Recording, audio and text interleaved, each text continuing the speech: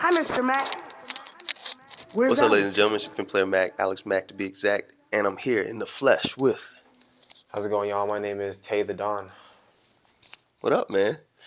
You got Chilling. us surrounded here with knowledge, man. We got the Fox wall here, but if we looked over there, we got a bunch of knowledge in this building right now. Yeah, man. I think that I want to make a moment to just be like, hey, like, use your public resources. Right. Because I asked Alex to do this interview for me. So, one, thank you very much for creating this opportunity Of for course, me. man. But he was like, where you wanna shoot the video at? And I'm like, not at the crib. Let me see where I can do. And then I was like, I've been to the John F. Germany Library downtown, and they usually have spaces available. So I was like, let me go and give it a shot. I haven't had a library card in years, but they let me get one new for free, so now I have access to all the books again. And they have event spaces or rooms you can rent out for free.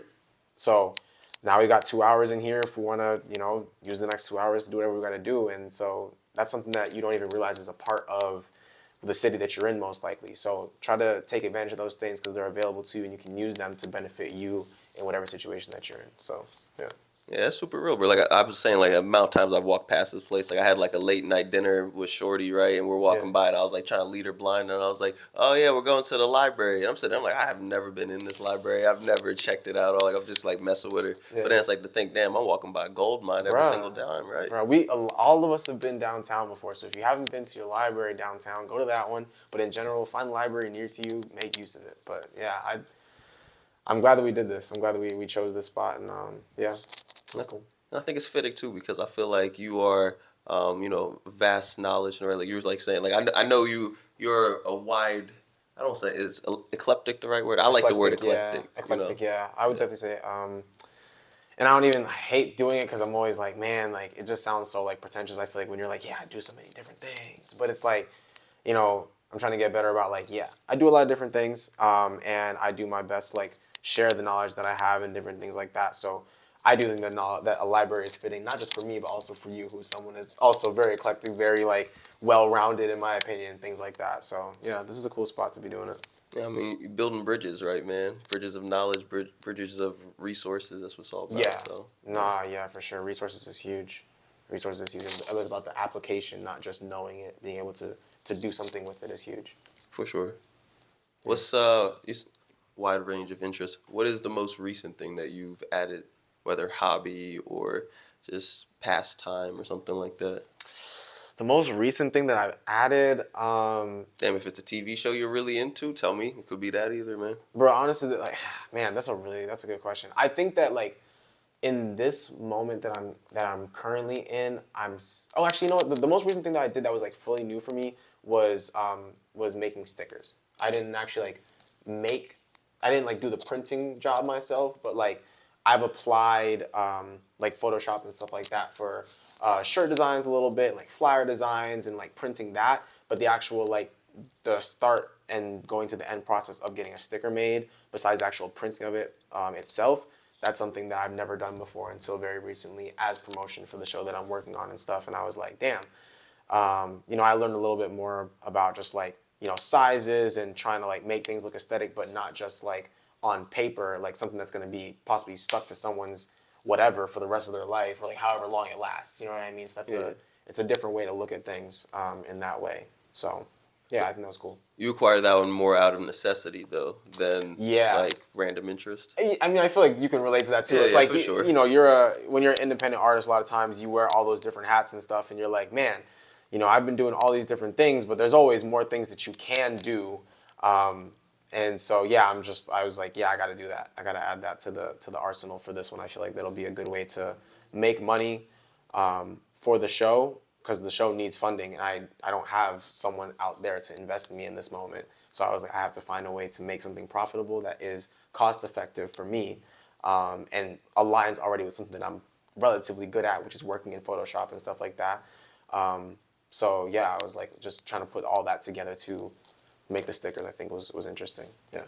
Have you taken like formal classes in Photoshop, or are you just like off the rip YouTube Academy type shit? Yeah, a lot of YouTube Academy and a lot of honestly a lot of just like messing with it. I think that like Photoshop is cool in that way where it's like you Actually, I'll take that back. I think that it's anything that you want to learn for the most part, you can always sit there and fumble through it if you like, and that is 100% a way to learn, and that is definitely a way that you can like accomplish what you're looking for. The difference is once you say, okay, there's something specific that I want to do, and I want to do it in a time effective way, that's where it gets different. Where it's like I need to learn the tips and the tricks, the right ways to do the things. Even if I don't apply it, I need to know that like if I need to crank something out a lot faster, let me apply it that way, right?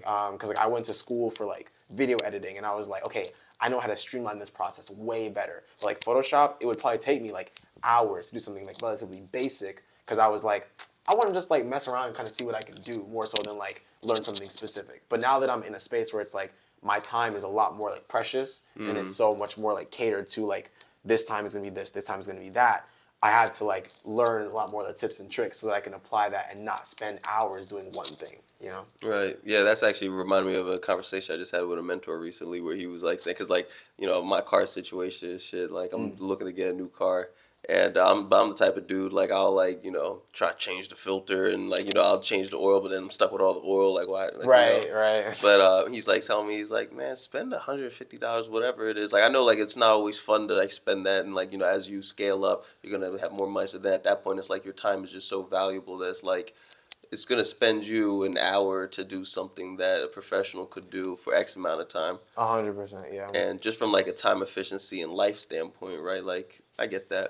No, But that's then very true. kind of like applying that as an artist and especially like a business owner in these days is kind of interesting because like being an artist is like if you're coming from the same ilk that I feel like we are part of, right? Where it's like you want to be authentic, you want to be true, you want to have your fingerprints on everything, but it's like at the same time it's like I've like some for me. It's like I know I could engineer, like I've done it. I've done it for other people. But it's You like can't. You do it. Not even you can't. You do it. exactly. Yeah. But it's like the time that I'm taking to like learn things. Like I'll learn something new and then I'll apply it and then I'll find like the new ways that I can apply it. But it's like there's people out there that this is what they do. Right. And it's not like they're being unreasonable. There's people out there that have like, different prices and different scales, if that's what it comes down to. But exactly about like time valuable. Like I love being able as an artist, go into the studio, lay down everything, and then be able to like walk out potentially, Yeah. right? And then be like, take care of this. I'm gonna just go on to the next Oh my thing. gosh. You know what? I am going to speak on that because like, when like where I actually sat down and learned to engineer for real was during the pandemic, right? Where a lot of us had excess time to work with, right? Yeah. And in that time, I was like, I'm not going to be going to the studio anymore. People might get me sick. I might get, whatever. I got family, all this different stuff. So I said, no more studio. I'm going to go hunker down, get a microphone. I'm going to go and get my setup put together, make it in the house, and just kind of do everything in house, right? And that was hours. That was a labor of love more so than anything else because again, with music, right, we're putting in a lot of time and the investment does not come right back to you 9 times out of 10, right? So in that space, I was like, I'm glad to learn. I was learning how to produce at that time too, all that different stuff. But as I've gotten like further from that time and just like trying to, again, being in a more like valuing the time thing, recently we had a release that we were trying to put together, me and my homeboy, a collab. And we had one of my engineers, the person that actually made the beat, the producer that made the beat, he also engineers. He heard the final master for it and he was like, that needs work, right? And I was like, okay, but like we're kind of in a time crunch right now. I don't really want to get into that. I like it the way it is, blah, blah, whatever. But I sent it off to some other people because I wanted another opinion on it. Yeah. So the 2 other people that I sent it to, one of them got back to me and was like, yo, yeah, that needs some work. So I was like, you know what? He said he wanted to take it over. I said, let me give it to you, whatever. And like the amount of like time that he was able to spend in that was time that I could not give it. Right. I couldn't. I didn't have that time. I didn't have the mental energy for it. None of that. So I was so grateful. And then it was like, pay me what you feel like this. He said, I don't have a set price for it. Pay me what you feel like this mix is worth. Oof. And I was like, damn. I know that if I had all the money in my pocket, I'd give you all the money in my pocket. Right it's now. But valuable. I don't have a ton. Yeah. But I said, let me give you what I got and what I feel like this is worth, whatever. And I'm like, that money, I don't even think about that. I don't feel like that was a wasted amount of time. I don't feel like that was a wasted amount of investment because for me in that moment, he took something that I literally did not have the space to do. I can mix. I can engineer. I can master if I really sat down and took the time for it. But in this space of needing so many other things done, I'm like, nah, I gotta hand that off, and it sounds great, and I'm so happy that I did it because like trusting other people, especially people that show that they're trustworthy, is crucial, right? It's crucial. It's something that as artists, especially as independent artists, we have to learn how to do more often. Is trusting people to treat our craft as seriously as we treat it. And it's not going to be everybody. It's not going to be, maybe your best friend. It might be that person that's far away even. But there's someone else there that cares about your craft as much as you do and is worth putting that money in so that you don't have to spend that time and you can allocate that to other things that you have going on. So I think that's important. Especially because like I know like I have some conversations with some of my homies about like putting out their projects and stuff like that where it's like that perfectionism that Yeah. like just wants to like lock in. It's like especially if you're the one who's also behind the boards messing around with the mix. It's like bro, you're gonna be there for the rest of your life potentially, right? My goodness. Yeah. Until you just say like okay, cut the umbilical cord. This one's gone. Gotta Let me hand go it into the off. next one. Yeah. No, for sure. No. 100%. Yeah. How did Goosebumps get started? Yeah, so Goosebumps Festival. This is again why I asked Alex of Mack for this interview in this moment was like I was like, yo, bro, I have this show going on and I wanna put it out and I wanna make sure that like it's getting the right amount of coverage because I feel like it's a dope concept and I think that it's worth the attention. So I want to try to get it out there, right? So to be honest, Goosebumps Festival was not actually started by me as an individual. It was started by my homeboy Dior Ding. So I'm gonna be referencing his name a lot in this interview, and then also really like it was put on the back of Dior and then also our boy Flacco Ocean. So those are two very important names. Dior Ding, he stays in Fort Myers, and then Flacco Ocean, he was in Fort Myers when we first started. That was 3 years ago, or technically 4 years ago now, and now he stays in New York. And so Dior, honestly, he hit me up one day. I was working, and he was like, "Yo, bro, I want to throw a show." He's really into like anime and stuff like that, and I am too. But he's like an anime head. He's watching like One Piece. You know what I mean? Like he's caught up with all the episodes. He's reading the manga, everything. And so he called me. And he was like, "Yo, I want to throw a show, bro." And him and I actually started out in a collective, like 7 years ago, I think, at this point, maybe 6 years ago, when he first started making music. And that collective, we threw a show together, and that show did terribly. So honestly, I, at that point, was very skeptical about throwing shows because I was like, that experience was just so, it was still very fresh for me, even though it was like 3 years before that. Like, it was like 3 years ago that it happened when we had first hit me up. But I was like, I don't know, like, we could talk about it, but like, let's, whatever. Like, I wasn't putting too much mental effort into it at the time. But he ended up sitting down, got in contact with a major artist who had like over 1 million plays at the time. I don't know if you ever heard of Apollo Fresh. He did the JoJo Pose song that's on like TikTok and stuff. Okay. So his thing was going up. He also stayed in Fort Myers for some strange reasons, like those pockets of like creativity and talent. And it's like, why are you here? Like, how did you start here? But yeah, so he ended up hitting that dude up. His girlfriend ended up owning a space called Conscious Space at the time. R.I.P. because that joint got closed down after we ended up throwing the show there and they cops shut it down. But yeah, so it was like Dior hit me up, said he wanted to throw a show. He ended up kind of giving me some of the details. He's like, I want to make a cosplay show. Basically, people come in their cosplay, do a cosplay contest, have vendors come through, a bunch of different performers, and just have a lit night. And I was like, all right. And he was like, let's do it for like August. And I was like, all right. It was like June. I'm like, bro, you're wilding right now. Like, Right. I don't know if we have enough time for that. And so as we kind of went along a little bit, he was like, nah. You know what? It's going to be a cosplay show. We're going to throw it for Halloween. So now people have the opportunity to come out in their different costumes and stuff like that. And I was like, okay. Yeah. All right. That makes sense. I'm with it. We can do that. So Flacco Ocean did a lot of the drawings. He made the flyers for us and stuff like that. We were working heavily with Grindhouse because Dior is signed to Grindhouse. That's his label that he's with. A lot of them are staying Fort Lauderdale. So shout out to the Grindhouse boys. And yeah, we just ended up putting together that show. And that was year one in 2020. If I'm not mistaken, 21, 22, 23, 24. 2021. In 2021, we threw our first show in Fort Myers. And it was a success. I feel like it was dope. We had a lot of great artists come through from all the way up from Tampa. Actually, no, I think we had people come from Tallahassee because we had vendors. Smoke Fi is like these dope vendors. They do like hats and shirts and stuff like that. They came all the way from up to Tallahassee, and they have artists that are signed to their group as well. So they came down from all the way from Tallahassee, I think, or Jacksonville, and we had people come all the way up from Fort Lauderdale, and just had this dope night of performances. And yeah, so that was the first one, and now we're 4 years later. We're doing this one in Tampa for the second year in a row. And so since I stay in Tampa, I'm the part that stays in Tampa. I'm kind of the one that's handling a lot of like the strategic elements and everything like that, running the media, trying to do like the promo and everything. And then also like being a performer in it and just like, putting together that process. It is a hell of a ride, because you've done a show already at this point. Sure.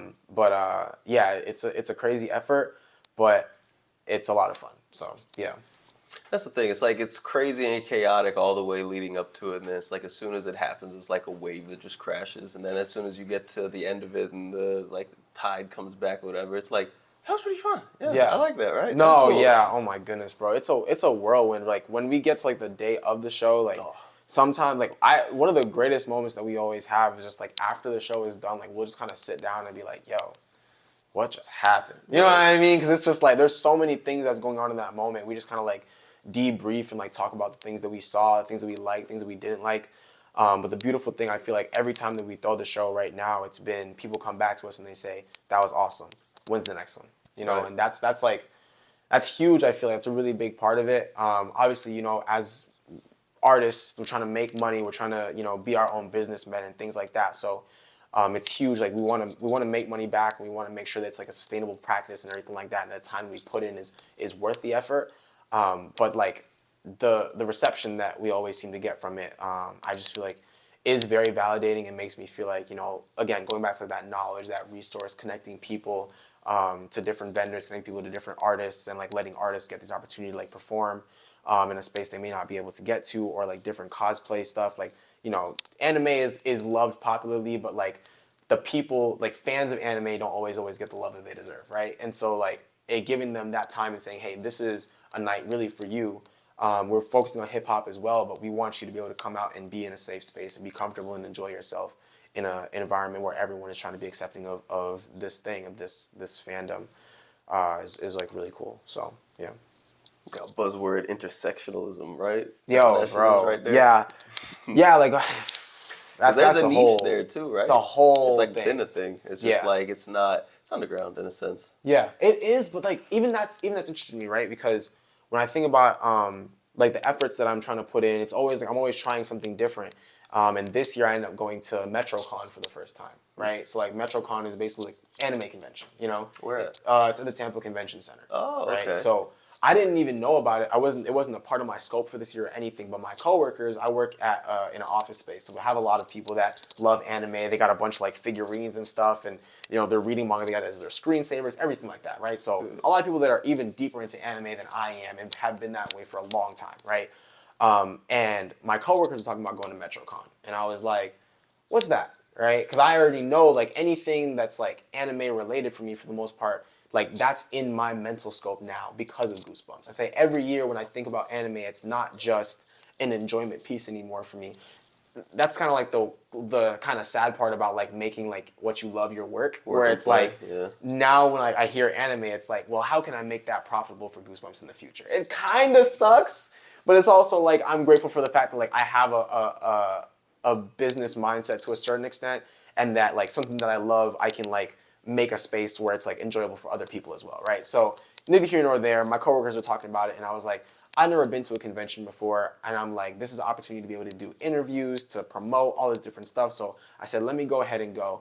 And I was looking at the website because they have a bunch of different panels. So it's not just vendors; they also have like people that are teaching classes on different topics that people like, or different things like that. And one of the not even just one, but the one that I saw that really interested me was like the intersectionality of hip hop with anime culture, with like the Japanese culture. And I'm like, that's a panel that I have to go to. I literally have to. If I miss that panel, then like I'm missing a whole room of people that love hip hop and also love Japanese culture. And that's my target audience right there. Yeah. In a room, waiting for me. You know what I mean? And so I'm like, that's where I have to be. So I ended up going to that one. I think that was the only panel that I went to that day. I didn't get to stay the whole time. I ended up having a show. I had to leave and come back. So I missed some other ones that I thought was gonna be really cool. But I went to that one panel, and the group that was throwing it, I think they're called Entertainment Stew, if I'm not mistaken. And it's two black people that love hip hop and love Japanese culture, and they teach classes like across, like not just at MetroCon, but like in general.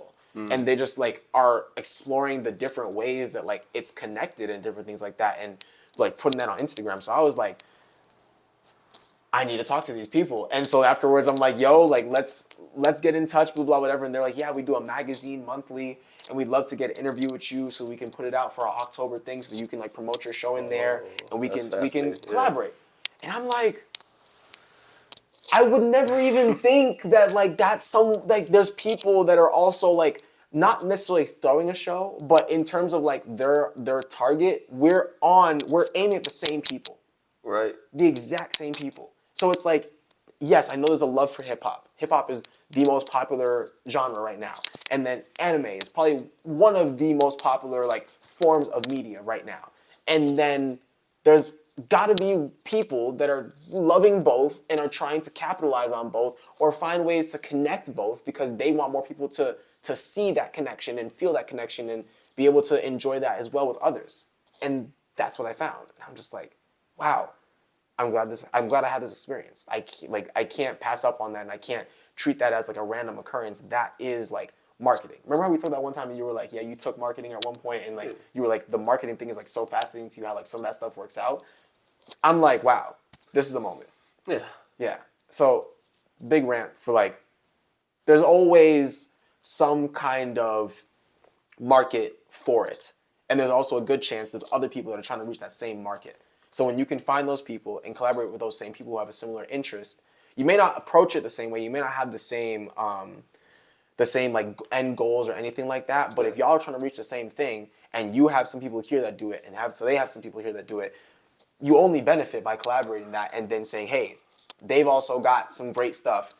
Check them out. And they can say, these guys got some great stuff. Check that out. You know? So that's just like what I ended up discovering in that way. And I'm glad that I was able to experience that. So yeah.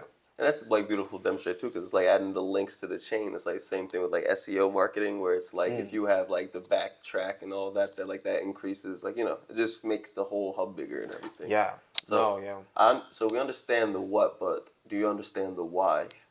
Why is there such a strong connection between hip hop and Japanese culture, anime? So the why, I mean, from what they actually, Phenomena. in the class that they were teaching, they actually like were addressing some like the history and stuff like that. And one of the things they were talking about was like when hip hop like kind of became like very or kind of like started really, because it's been about 50 years that hip hop has started. When it started to become like really popular, probably in like the, I want to say like 80s or like 90s sort of time frame, there was the appreciation from like mangaka, like people that are creating manga and stuff like that, seeing it and going, this is popular, I love the attitudes, I love the clothing, I love the different stuff like that, and let that inspire some of the manga or anime that was being created at that time. I think that goes back to like Samurai Champloo, that goes back to like Afro Samurai, different stuff like that. And then you also have like African Americans, you have people that are making hip hop and stuff like that are seeing this wave of like Japanese culture, because like Japan has like been so like isolated for like a long time, being in such like an island. It's relatively small, honestly. There's a lot of people, but it is not like a big place per se, right? And so like for a long time they were so like, we're keeping a lot of this to ourselves, we're very much within ourselves. So as they start to like expand and show the world what it is that they have to offer, as a result of like kind of like not like a lack of influence, but like less influence than like a lot of other parts of the world, it's like, wow, we have never seen some shit like that before. Right. You know what I mean? And they have an interesting history with that too. You said isolation and everything, because like they've been invaded like a handful of times by different countries, but they've never been successfully invaded. They get there and like a tsunami hits or something like that. So it's like this is a culture that has always kind of found like foreign, I don't want to say interference, but foreign injections always kind of weird. So it's kind of just fascinating that something as like visceral or whatever, like, so like hip hop is just like, you know, at its essence, it's like, you know, you can make country music, opera music, all these, and it's like there's always like a little twang on it. Oh god. No, for real. Comes up Yeah. We'll be back in a moment. Right, good looks. That in that moment, hip hop is just an attitude in the sense, right? What you're Yeah. saying is like you notice it now when like at least now I'm noticing it when you look at certain characters and stuff that there is a certain like I'm like one of my favorite animes is Cowboy Bebop. Oh yeah. So it's like that's a jazz influence, Jazz but influence. hip hop's also a jazz influence. Right. So there's like still like the tones, the attitude, the like I don't know. It's just really fascinating how that does work. Wasn't there like a recent controversy though with Assassin's Creed? Was it Was that there? they had a black samurai in it or whatever? Oh yeah, bro. They're loving the Black Samurai. They love it. I Okay. mean, like, I don't know if when I say they, I can't generalize and like speak for everyone, right? But I know that like in terms of like media portrayal of like a black samurai, that's not like something that like has never been like explored because there's the Netflix show called Yasuke, Okay. and it's about the black samurai because that's actually like a historical like truth. Okay. I thought African American or not African American, sorry, an African. I don't know how or the specifics. I just know about the TV show, so Heavy I don't. melanated brother in Right, Japan. very black bro, very tan fella. Shows up and ends up becoming one of like the samurai for like the shogun or like the lord of that time. Yeah. And obviously, like in that space, it's like, well, who the fuck is that guy? You know what I Right. mean? Like no one is. You're already seeing like a darker skinned individual in a place where again that isolation is so common that it's like, why is he here? Why is he getting the respect? Why is he the top of like the army sort of thing? Like, and so that's like I remember. You go. It's so funny because like, I remember my brother like when I watched the show, Yeah. I was like, this show is fire, bro. Yeah. The Yasuke is amazing. I think It it's is? really good. It's just a very short series, maybe like 6 episodes, if I'm not mistaken. Netflix? Netflix. Okay. Super cool in my opinion, right? I liked it a lot, and like even like the soundtrack for it was made by I want to say Flying Lotus, right? So you already know right there made a bunch of awesome like Japanese inspired beats, and then one of the songs he's got like Denzel Curry on it, and then he also got Thundercat on it. Okay. Bro, Yeah. Black Gold. Listen to Black Gold. That's a beautiful song. It's beautiful. Oh my goodness. It's like a minute and a half, but it changes my life every time. I love Okay. it. Right? So I watched that series. I said, wow, this is amazing. And I know they got me, right? Because like in the general scheme of things, does media actually care that this black kid likes this thing? No, not really. But they got me because I want to watch it and they made me get on there, right? So that's a different conversation for a different day. But then I called my brother and I was like, yo, have you watched Yasuke? And he was like, yeah, fuck that show. Fuck that show. And I was like, whoa, what's going on? And he's like, dude, are you not paying attention? Like, isn't it weird to you how, and I'm going to say this and I didn't really mention it, so it's going to sound crazy, but like, this show is about a black samurai. Every time they see the black samurai, they're like, there's a black samurai. There's literally magic robots in a the black guy's crazy. The black guy is the crazy, the black samurai is the crazy concept. Holy crap. Holy shit. No. He's strong as hell. Like, But imagine if like one day you're just chilling on your island doing sword practice, like ting ting ting, and Michael Jordan just pulls up with a fucking machete, bro. like You're just sitting there like, why? but there's like giant robots, like almost not even like mecha, but like there's like That's robots and magic and everything, and then like he's like the what the hell is this? You know what I mean? Yeah. And so like in that regard, he was like, that's a weird thing. Like that's like why are we making that the thing that's like the mind blowing aspect to this whole thing? And I'm like, that's an interesting way to think about it. I hadn't thought about it like that. I was just like, I think it's hype that it's a black guy that's like the main character of this show that's supposed to be about Japanese culture and like calling back to like a historical figure. So, you know, if there's different ways to look at it. There's different ways to appreciate it, and there's things to not necessarily like about it either, because of course it's not a historically accurate depiction, and maybe you want to be able to honor the memory of this person and all these different things. But I think it's cool, and there's 110,000% a large, I don't know if I'd say large, but there's a lot of people that love the intersection of hip hop and Japanese culture. And I think that's something that we can continue to explore, hopefully. And I hope that, you know, the black kids that like anime, that maybe feel like they haven't had like a comfortable space to be in, I hope that continues to get more comfortable, because it's become more popular. So it's not as much like you're a black sheep anymore. But I don't think it's always like, just because they stop laughing at you doesn't always mean they're laughing with you either. You know what I mean? Like, That's an important thing to be aware of. I might be just too open minded, but I don't even think it's like really an issue like that no more, is it? I Oh, I wouldn't- mean, maybe specifically in our black community, just I think in our black because community to a certain extent. there's a certain like I don't know. I think like- that I think though still like just being like a nerd in general. You know what I Yeah. mean? Like, and there are like also some let's be transparent here. There's also some like darker themes and stuff like that that go in that anime touches as well, right? And that's all media. We're not gonna act like it's not. But I feel like watch a horror sometimes- movie. right? People are watching some of the wildest stuff. But I feel like the minute you put it into anime, people are like, oh, is you like that kind of stuff on anime? But it's like, bro, don't you watch like I don't know. I just Shameless, like, don't you watch stuff that's like got a lot of other crazy, like very kind of like sensitive topics going on here? But the minute you call it this, now you got a problem. You know what I mean? That's where I kind of like start to have a little bit of like reservation of like all media for the most part portrays things that are gonna make us uncomfortable or like have some kind of problem. So like, don't just try to focus on this one thing and call this the devil when like you got the other stuff that's doing the same thing just in a different way of approaching it. You know what I mean? Or like different like form of media that that touches on the same topics. That's my thing. But I don't know.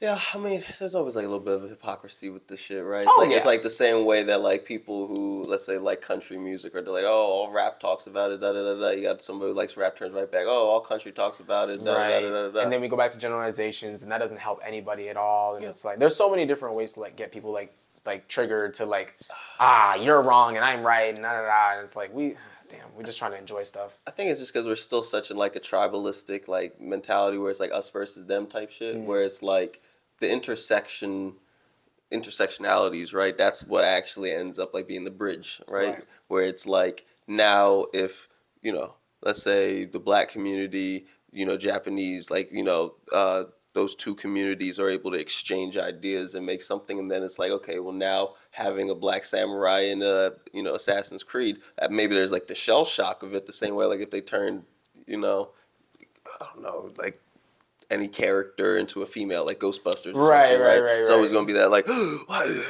but then when you sit there and look at the historical facts of it, it's like, oh. And, like, I keep referencing Assassin's Creed. I hope that was the I hope so, game too. I genuinely, I don't play, so I don't know. But I wouldn't be surprised if they did, because, like, at the end of the day, a lot of, like, what Assassin's Creed is doing is, like, touching on maybe not, like, 100% historically accurate information, but, like touching on historical figures. You know what I mean? And that's, like, something that we all do. Like, even, like, The Harder They Fall, you know what I mean? Like, that was, like, the black cowboy thing that they had going on for a little bit. And, like, I don't know about all of it. I didn't watch it, so I'm not going to speak on it like I'm, like, the expert of it. But it's, like, again, there's black cowboys, and you have your Western movies. And that's the attempt to get, like, the black people that loved Westerns growing up. That's my dad, right? Like, there was the Westerns that were being watched, or there was the Westerns that were being made, and they had all white people in it, for the most part, right? Or you had Spanish people, or, like, Native Americans, and they're the enemies. You know what I mean? Like, let's be real. So then there's that, and then you have black kids that like that thing when they watch it, but they're not seeing themselves, right? Yeah, and that's big to have that, like, image, you know, just because it feels accepting, right? So as someone who owns a media company, is in media, is in marketing, you say, well, if I want to continue to get people to explore this type of thing, and especially because they may also have that interest and they grew up not having that in their face, they'll say, well, I know how to bridge this gap. Let's find or let's create a black character that is in a Western movie, and let's explore that. And luckily, in American history, there is examples of black cowboys, and then they said, well, let's make a story about it. And it's not going to necessarily be historically accurate. It's going to be an interesting depiction, though, and people are going to enjoy it. And people enjoy it. Yeah. I think it's just because we have, like, such a warped perspective on history and stuff. Like, we don't realize this was going on while this was going on and that this was going on over here. And it's like some of them didn't interact with each other. Some of them did interact with each other. Right. Where it's like, you know, like something like, you know, I feel like we just get kind of caught up in that kind of like tribalistic and like what we've seen before, where it's like, you know, when Django came out, right? Django was like a whole kind of thing. It's like that was like a cultural moment, though, especially because of the hip hop soundtrack and everything. And like Quentin Tarantino would be the director to bridge that gap, right? To do that, but you know, I mean, I feel like he's actually made a career on it because if you think even like the assassin, Kill Bill. Like the female assassin, the white girl like, you that's know, doing like the assassin stuff, over in like Tokyo with this sword. There has to be like at least 2 or 3 more examples of him doing that in his Yeah. career, right? Where it's like I think even like Hateful Eight, like they had like I think same Samuel L. L. Jackson was in that and stuff like that as well. So it's like the room. I want to say that it was like a very diverse room. It wasn't just like a bunch of white people then Samuel L. Jackson. I could be wrong on that one, I but think there was a Spanish guy and a few that's others what I'm too. saying. So that- it's like yeah. again, like he's exploring like other people in history or like other characters, other depictions of these historical things, and saying let's try to spin it around a little bit and see how we get like what we get from that. You know, so that's always like it's. I don't think you need it, right? Like I don't think we need any of it technically. But I think that when it's explored, I think that exploring is necessary to a certain extent and just like trying something different if you feel like you keep seeing just a bunch of the same thing. And that goes the same thing with like, I don't know, with even like with hip hop, right? Like if we just said, okay, hip hop is only for black people. Well, you're not gonna get like the diversity and the beautiful Yeah. bunch of exploring different stuff like that. And that's not even just about like the rappers. It's talking about the producers too. Like Kenny Beats is an amazing producer, and For sure. he cares Alchemist, about the love yeah. of hip hop. Yeah, exactly. You have people that care about hip hop and are pushing the agenda and moving it forward because they're contributing to it with their diverse experiences and their knowledge about the love of music and everything like that. That's what matters is that you care about the thing and you're respecting it when you go into it. Not that you're just trying to make a profit off it. And even if you are, I mean, if you're moving it forward and other people can learn from you with their love of hip hop, then there you go. Like, It's about how you do it. Like we know what culture vulture is versus intersectionalism, right?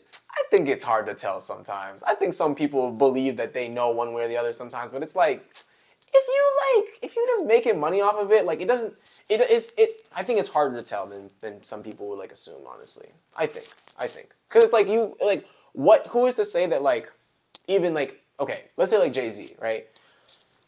I am going to go out on a limb and say Jay-Z loves hip hop, right? Yeah. But I think he loves a thing that helped him escape the poverty that he was in, the situation that he was in.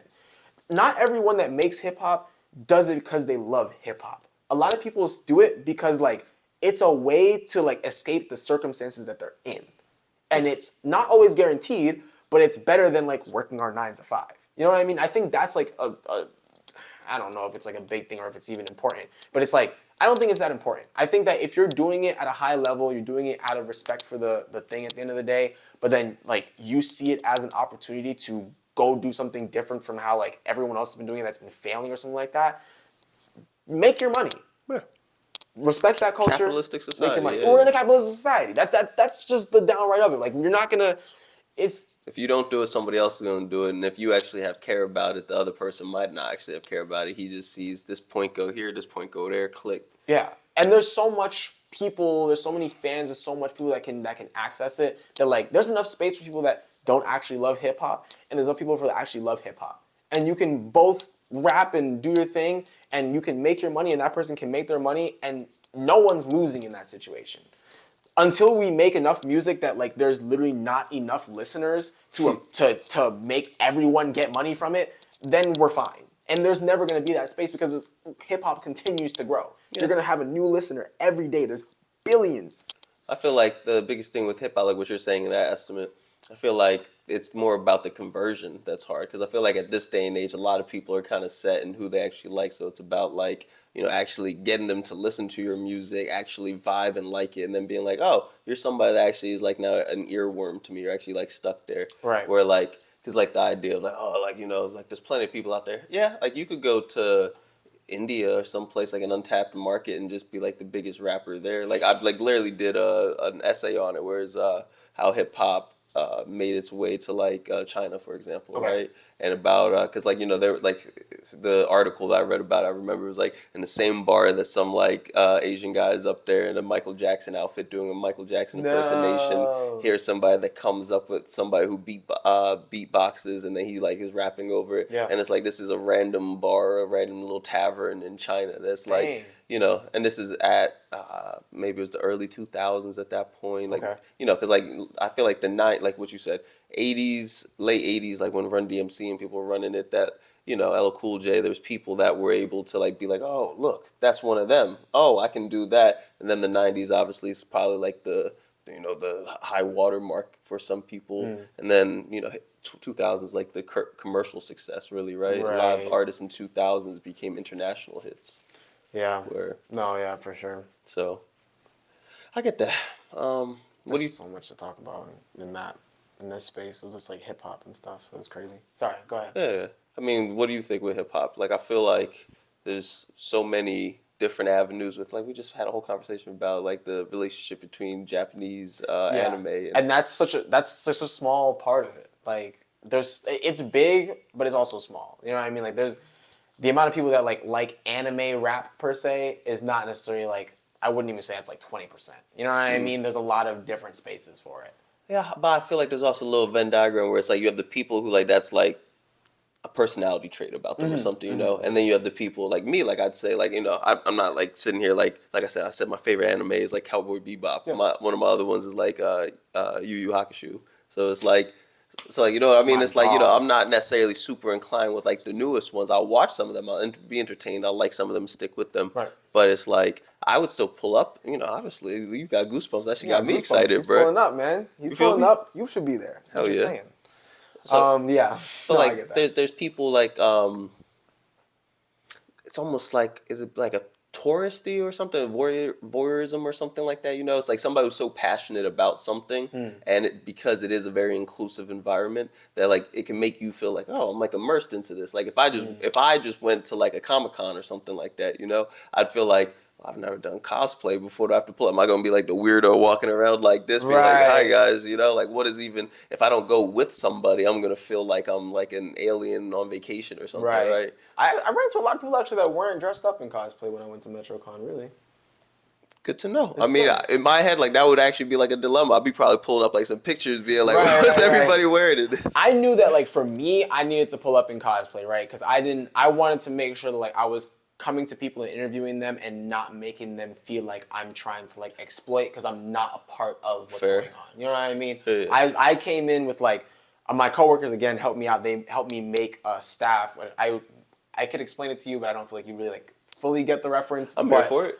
Somebody's gonna get it. Somebody's gonna get it. If you've seen Hunter x Hunter, right? Okay. There's a character on there called Kite, right? And he has this weapon. I think it's one of the worst weapons ever created in anime, but I think it is very entertaining for what I went there for. Where he essentially, when he summons this weapon, it comes up as a dial, and it goes 1 through 9, and whatever number spins and he lands on, that's the weapon of choice he gets to fight with. Okay. But it's so useless because why would I want to not know what weapon is I'm going to random. use when I'm going to fight? You know what I mean? And he even says it in the show, like, this is a dumb weapon. I need to change this, right? Yeah. But at the end of the day, that was what I went with because I was like, okay, I'm going to do interviews and I'm like, spin the wheel. Whatever number you get is the question I'm going to ask you. Ooh. Right? So for me, I was like, it can't just be, oh yeah, I walk in there with, especially like thinking about my history growing up, like I was someone who liked anime. It wasn't like a character trait, I'd say. Like people didn't like, I didn't wear like Naruto shirts or anything, right? But I liked anime. I didn't do the Naruto run, not in middle school at least. I definitely, I learned. You gotta do it at some point. I learned man. at some You point gotta- that was not the socially acceptable thing to do, and I was okay with that, right? I learned high knees, high elbows, faster. Right. So I'm like trying to check my chakra, you know what I mean? But so I didn't want to pull up there looking like the kids that I knew treated me badly for what I liked when I was young.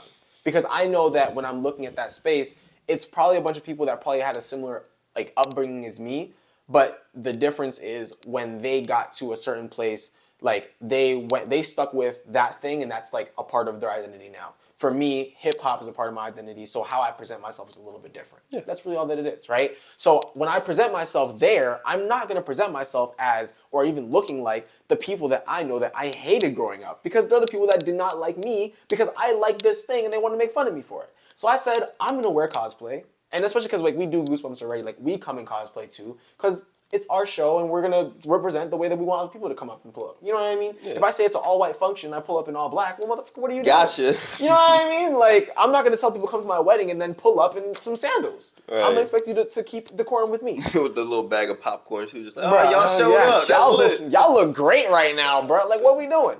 So I pulled up in cosplay, tried to get like a very like, not like super intricate. It wasn't like the most amazing cosplay ever done, but I did something that I felt like was very entertaining and would draw people in and let people know, hey, I'm also a part of this space. I'm not interviewing you because I want to laugh at you.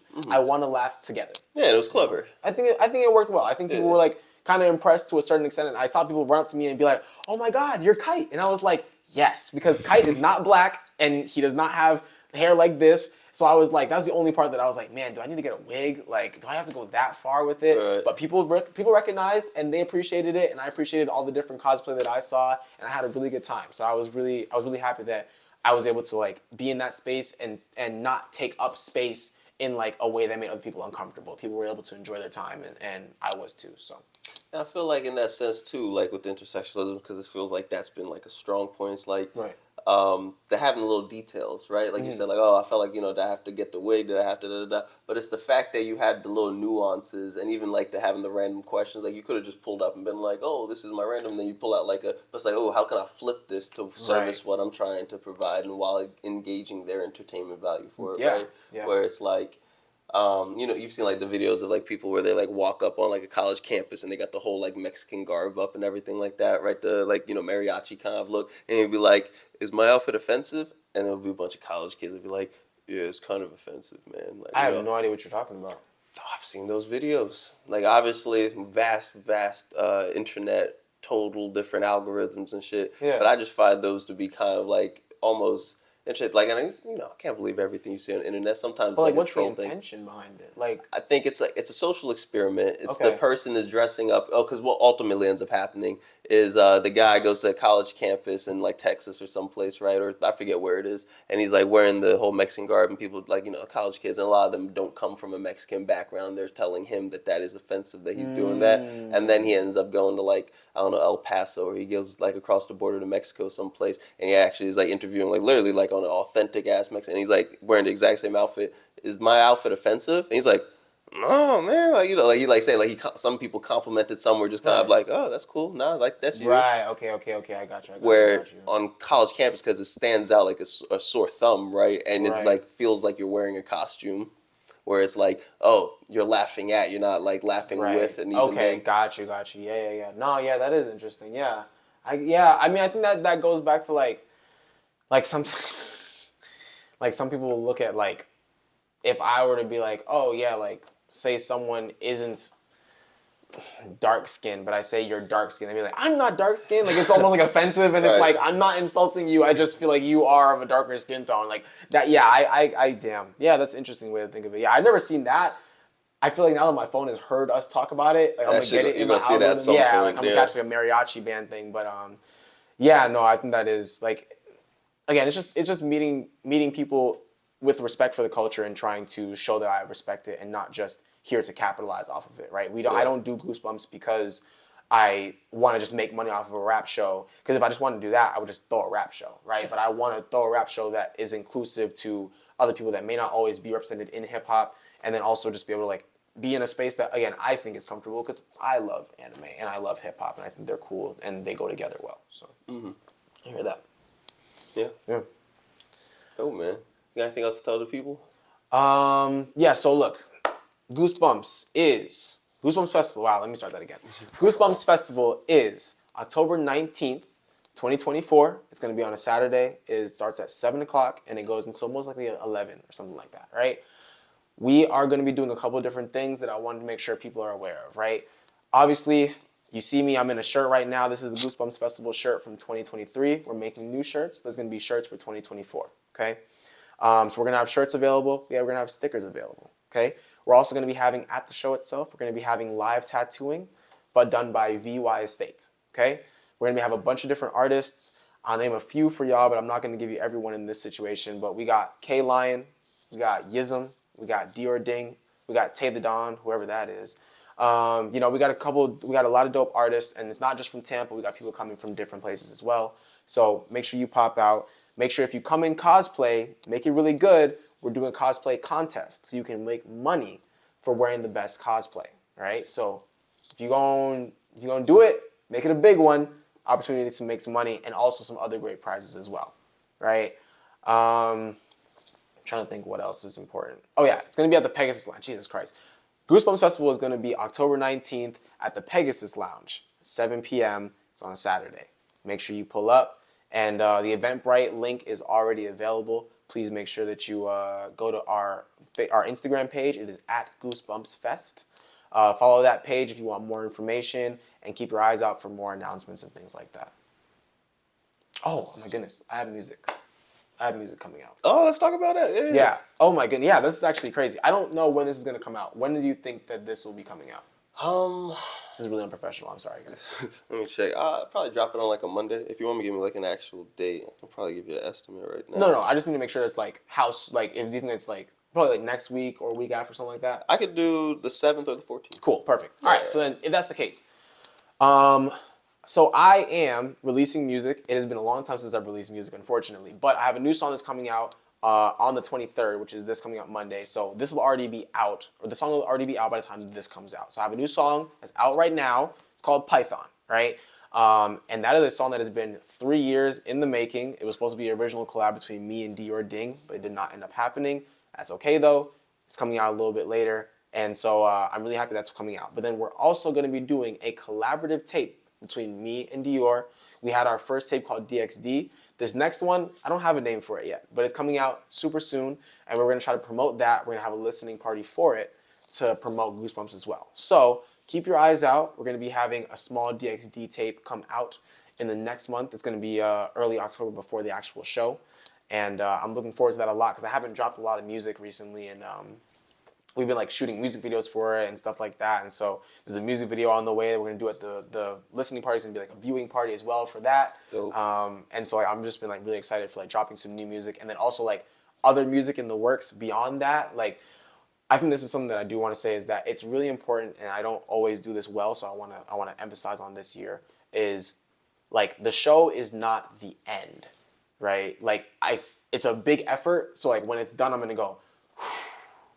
But the intention is to ride the momentum from the show and continue to create momentum going past it, right? It's not like once the show ends, I need to go disappear off Instagram for a month, right? Because that's just taking all the momentum that I built and letting it fall, right? That's something that I did really badly when I performed in Orlando opening for Toby Lou, if you ever heard of him. Yeah. The buff baby dude. Yeah. I opened for him once, and I ended up putting in, I think it was like 2 months, dropped my first mixtape in that time, had never put out music on Spotify and stuff like that, put it out, super hype about it, all that good stuff, and then after that show, put out the recap, and then didn't put out any more music for like months. And I had people from Orlando being like, yo, when's your next show? When's the next song coming out? Blah, blah, whatever. And I was like, I don't know, bro. I'm pooped. Yeah. You know what I mean? So it's like, this show is a big effort, but I need to make sure the effort afterwards also aligns with the fact that like, I'm not just trying to give you guys a show and then call it a day. The goal is to continue to give you guys stuff. So I've already been putting in effort to make sure like I have other things in the works that are ready to go for after the show comes out. So there will be more music dropping this year after Python, after the DXD tape. I'm not gonna go silent, I promise. I will give you guys at least one more music video, at least one more song in 2024. So make sure you keep your eyes out. Follow at Tay the Don on Instagram. And keep your eyes out for me because I promise I'm pushing this year. So, yeah. Check, beautiful, man. We had a great conversation, talking a lot of deep topics, a lot of music topics, a lot of, I don't know, I'm excited to go back and listen to this one, man. Yeah, no, for sure. Appreciate you, bro. Thank you very much. Of course, man. Great. Wait. We've been doing a little pose at the end. You got to do a little. Oh. We don't like really freeze it. Hi, Mr. Oh, no, Mack. you don't actually. You freeze it a moment. Where's Sorry, got me. He said, oh, post for the picture. It's a video. Damn, he got me. Yeah.